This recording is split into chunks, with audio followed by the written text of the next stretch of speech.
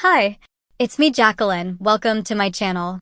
If you're new to the channel, then please subscribe my channel and visit my Patreon page, link in the description. Then she turned to me. Which do you want to model first, your red dress or my prom dress? Before I could answer, she grinned. Let's show them the prom dress first. Okay, I nodded. I thought it made more sense that she modeled it, but I wasn't going to argue. Becky and I headed to her room so I could change. Back in the living room, the others were starting up a bowling game on the Wii. Mom, Aunt Monica, and Mrs. Kiss stayed in the kitchen, drinks in hand, wine for Monica, beer for the other two. I think you should wear your new heels, Becky said as she grabbed a pair. And let me get you some hose. I could tell she was excited. Whatever you think is best, I said, letting her take the lead. We talked while I changed.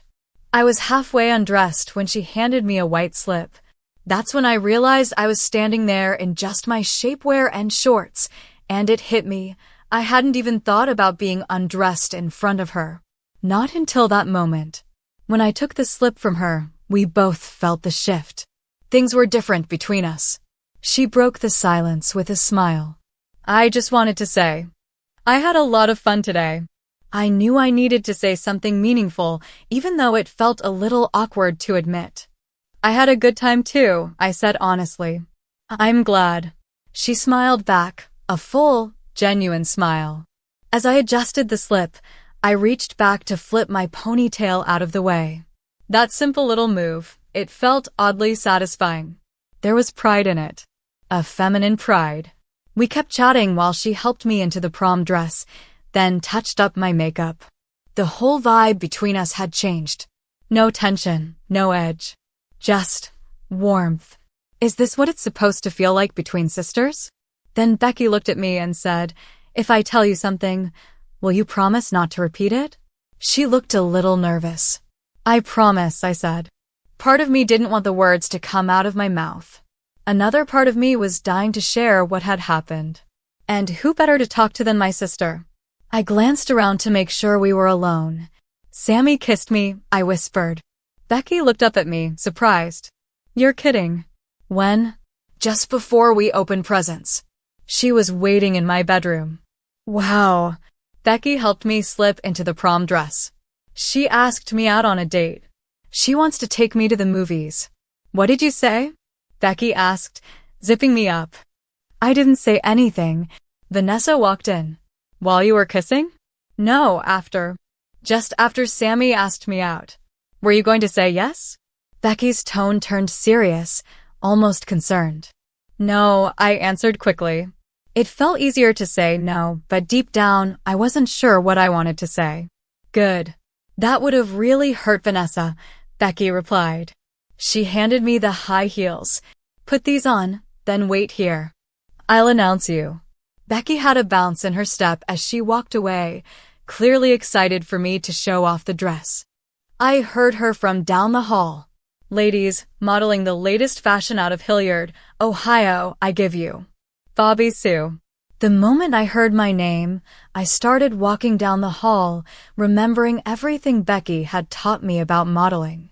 I wanted to do the dress justice, to show it off well. I wanted Becky and Aunt Monica to be proud of me. The walk was short, but the girls seemed to love it. They cheered and clapped for me. Aunt Monica shouted, shapewear, VO, which made me laugh. I could see Mom's jaw drop, her eyes were wide, and she covered her mouth with her hands. I struck one last pose, looking over my shoulder before I walked back to the bedroom. Becky met me at the door.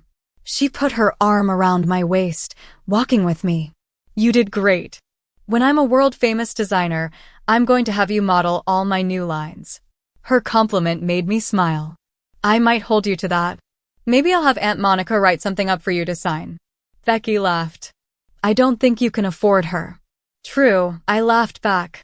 Becky helped me undress, and we talked. Isn't this fun? She asked. Yeah, it is. It didn't take long to change into the red dress.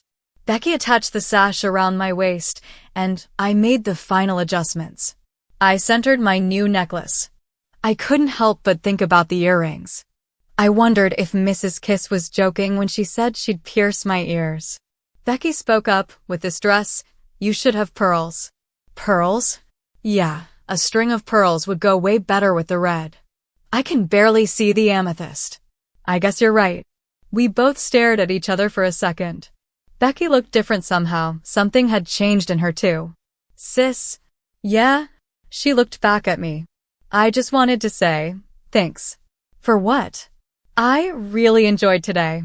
And, for some reason, I feel like I owe that to you. Becky hugged me tight. You're ready. Give me a second before you go out. She left the room. As she walked away, I caught my reflection in the mirror. I couldn't help but smile. I looked good. The joy I felt earlier in the afternoon started rushing back, my skin tingling, my head light. I felt alive. Ready. Becky called out from the hallway. I didn't think about it. I just stepped out, modeling the red dress. I did a quick turn when I got to the living room, posing confidently. Then I did a quarter turn and struck another pose, glancing over at Vanessa. I could see she was thrilled with how I looked. When I turned toward Sammy, I caught her expression, something deeper than just delight. My mind flashed back to her kiss. I wanted to get away from her, but the girls weren't giving me a chance to leave. They surrounded me, clapping and cheering. I searched for an escape route, but Aunt Monica's cell phone rang. I watched her check the caller ID before walking toward my bedroom to answer it. Mom walked up to me, her eyes filled with awe. My God, you're so pretty. And the way you modeled your dress. I couldn't believe it was you. Her words made me feel like I was floating. Thank you, I said, smiling. Aunt Monica poked her head out of the bedroom. Linda, she called, motioning for Mom to join her. Then she disappeared again. Mom hesitated. She didn't want this moment to end. I could see the uncertainty in her eyes. Go ahead, I told her. She gave me a look, then walked to see what Aunt Monica needed. Becky and I shared a quiet glance. She shrugged. It was hard to predict what Aunt Monica was up to, but I knew Mom didn't need a lawyer. Then it hit me. Do you think we're being sued? I asked Becky, suddenly worried. Shit, Becky muttered. There was a brief silence. Amber spoke up, breaking the tension. If you were being sued, the attorneys would call on Monday, not Saturday night.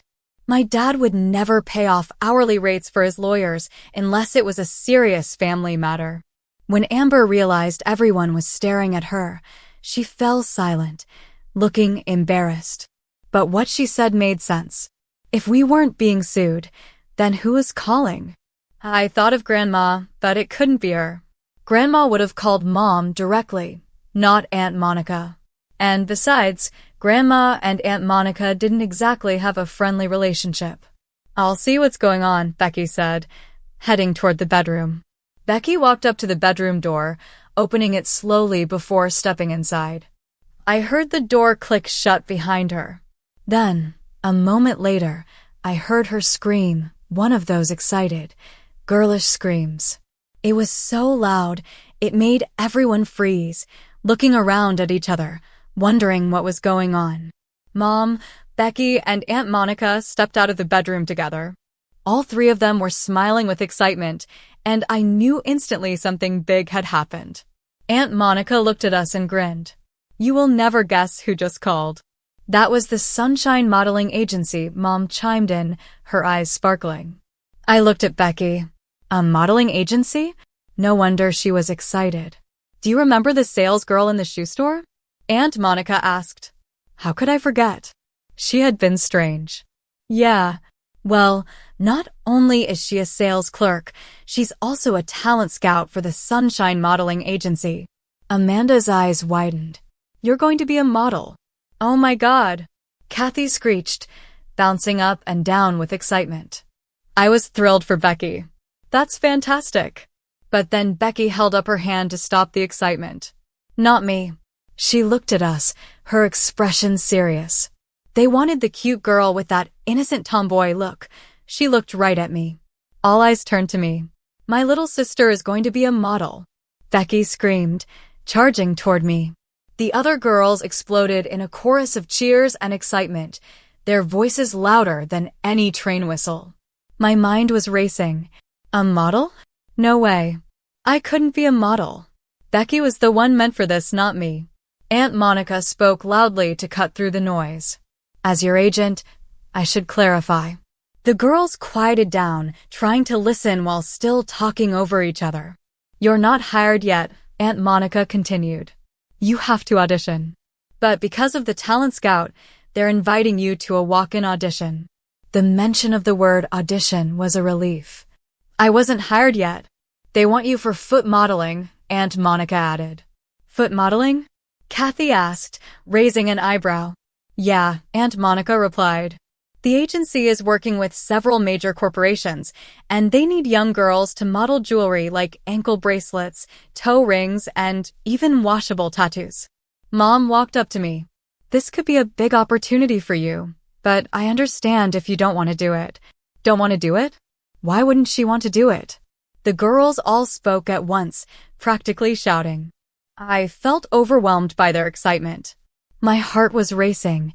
Everything was happening so fast, like a tornado had swept through my life. I couldn't think straight. Please, I raised my hands, taking a step back. The girls quieted, all eyes on me. I felt the weight of their attention. I looked at Aunt Monica. So, I have to audition? You mean? I'm not really a model. That's right, Aunt Monica said. But from what Sherry told me, the owner of the agency, she's excited to meet you, and she's really interested in seeing your feet. It sounds like you're a shoo-in. Aunt Monica smiled. Does she know I trailed off, not wanting to ask, but needing to know. No, Aunt Monica answered quickly. She doesn't know. I fell silent, processing everything. This is a great opportunity, Mom said, breaking the silence. Yeah, models make tons of money, Becky added. Vanessa stepped next to me, her voice soft. It could be fun. I already told Sherry that you'll be there tomorrow, Aunt Monica said. You should go to the audition, Becky urged. Hear what she has to say. I think you should, Mom added. The girls started talking again, all of them encouraging me to go. The only one who stayed quiet was Amber. I looked at her, searching for her opinion. She hesitated, clearly put on the spot. What do you think? I asked, my voice soft. She looked at me, her eyes serious. In a heartbeat. It would be like a dream come true. Her answer surprised everyone. I never imagined Amber would think so highly of this opportunity. The thought of being a model, was foreign. In the past, I'd never really dreamed of anything like this. But recently, things had changed. My thoughts about myself, about how I looked, felt different now. I finally made my decision. I guess it won't hurt to hear what she has to say. The girls cheered, except Kathy, who gave me a quiet smile. Amber wished me good luck, and Sammy grabbed my hand. Call me and tell me all about the audition, she said, her grip tight. The way she looked at me made me uncomfortable, but I smiled anyway. Vanessa leaned in, slipping her arm around my waist. You want to try beating me at tennis tomorrow? She asked, her tone light but with a hint of something else. It was hard to focus on the tennis game while wearing high heels. I stumbled a few times, coming dangerously close to losing my balance. The girls were laughing, cheering me on, but Vanessa showed me no mercy. She shut me out completely. Despite how poorly I played, I was still having fun. It was strange to realize that little things, like the feeling of my ponytail swishing across my back and the skirt brushing against my legs, actually delighted me. Sammy was next, claiming she would play me after Vanessa. I had the sense that Vanessa was starting to realize Sammy was interested in me. It felt flattering, of course. Who wouldn't be flattered by a pretty girl like Sammy showing interest? But part of me still distrusted her. I think I need to sit down, I said, my calf muscles starting to ache from the awkward stance in heels. As I sat, I noticed Mom and Aunt Monica talking in the kitchen. Their conversation seemed a bit too serious for the moment. I couldn't help but wonder what they were discussing. Have you thought about how you're going to handle Mom? Aunt Monica asked. I don't know, Mrs. Streichler replied, glancing over at her son, who was laughing with Becky and Amanda on the sofa. It had been nearly 15 years since their mother had kicked Monica out of the house, and in that time, she hadn't budged from her narrow views on LGBTQ+ issues. Monica's gaze shifted toward me. She's lucky. How's that? Mrs. Streichler asked. I would have given anything for my parents to be a little more understanding. If they were even just a little supportive, it would have meant the world to me. Linda felt a pang of guilt. Part of her understood her mother's perspective. She wanted Bobby to be a normal boy. It was hard for Linda to reconcile her desire to be understanding and supportive with her ingrained fears. At times, she worried she was being too supportive. But Linda had sworn years ago that she would never be like her mother. No matter what, her children would always know they were loved and accepted. I have to be honest, Linda began. I have my doubts. About what? Monica asked, confused. That I'm doing the right thing. She looked at Monica. What if he's just confused? What if he's not really gay? Monica chuckled, her laughter light but understanding. Linda flushed with embarrassment. She hadn't meant anything offensive. She was just voicing her fears. He's not gay, Monica said firmly. Linda raised an eyebrow. How do you know? If you want something to worry about, Monica added with a smirk, worry about him getting Vanessa pregnant. She filled her wine glass with a little too much enthusiasm. You know how tough life can be without a high school diploma. Linda bristled at the mention of Monica's past, but she couldn't deny that Monica had a point. Why do you say he's not gay? Linda asked, her voice softer now. Because it's obvious. He looks at girls. He gets turned on by girls. Monica's voice held the certainty of someone who had seen it all before. Linda turned her gaze toward Bobby. What she saw confused her. Two teenage girls were holding hands, Bobby, Sue, and Vanessa. That gesture made Linda wonder why Bobby would want to look like a girl if he liked girls. She felt conflicted. At the same time, she couldn't deny how happy Bobby Sue seemed. She hadn't seen Bobby this joyful in a long time. You don't have to worry about Vanessa getting pregnant, Mrs. Kiss chimed in, pulling the tab off another beer. She's on the pill. The two women had forgotten she was even there, and Mrs. Kiss's comment hung awkwardly in the air.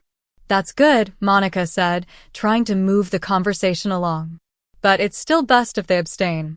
Linda thought about the talk she'd had with Bobby just the other day. She had explained things to him, just as she had with Becky, talking about love, intimacy, and the importance of trust. The memory of their conversation embarrassed her. She realized why Bobby had seemed so uncomfortable during that chat. Oh, shit, she muttered, voicing her thoughts aloud. What? Monica asked, her curiosity piqued. This is embarrassing, Linda said, lowering her voice. The other day, I gave Bobby the lovemaking talk. Monica and Mrs. Kiss both stared at her, puzzled. Linda could tell they didn't find anything about it embarrassing. I gave him the same talk I gave Becky, she added, but that didn't seem to help. Still clueless, Linda sighed. I told him about oral lovemaking. I told him how you can't always trust what boys say about pulling out. The room erupted into laughter. Mrs. Kiss and Monica both howled, no doubt recalling their own similar experiences. The thought of Linda giving that talk to Bobby was just too much to handle. What's so funny? I asked, stepping into the kitchen. Nothing, Mom replied quickly, then pulled me into a hug. Come here. I hugged her back. Thanks. After a moment, Mom held my hands and looked me in the eyes. You are so beautiful. I blushed, not quite sure what to say. Aunt Monica patted my shoulder. You're very lucky. Thanks, I muttered, unsure what she meant by that. Then Mom asked, so, if they like you tomorrow and offer you a job, are you going to say yes? I hesitated. I don't know. It's kind of scary. But it's also flattering and exciting. Mrs. Kiss nodded thoughtfully. Honey, if someone had offered me a modeling job when I was your age, I would have jumped at the chance. They would have had to pry me away from the camera. Vanessa and I were the last two still awake after the party. Everyone else had gone home, and Mom had gone to bed after reminding us to turn the Wii down. The final round ended and Vanessa tossed the controller on the couch. "You win," she said, grinning. "Birthday victory." I smiled and went to turn off the console. When I walked past her to sit down, she caught my hand and gently pulled me onto the couch beside her. It startled me, but her grip was playful, not forceful. "I had fun tonight," she said quietly. "Yeah," I replied, feeling weirdly nervous. She looked at me for a long second, then leaned over and gave me a soft, quick kiss on the cheek. I froze. My face felt like it was on fire. "Happy birthday, Bobby Sue," she said softly. We looked at each other. The silence stretched, but it wasn't awkward. It felt full, like something important was passing between us. Then we heard a car pull in. Headlights lit up the living room. Vanessa jumped up. "That's your aunt." I scrambled up too. "Yeah, okay." I dashed to the bathroom, heart pounding. I looked in the mirror, touched my lips. My lipstick was a little smudged. I fixed it, then stepped back. "Happy birthday, Bobby Sue," I whispered. "You're growing up." Please subscribe for the next part and visit my Patreon page for early access.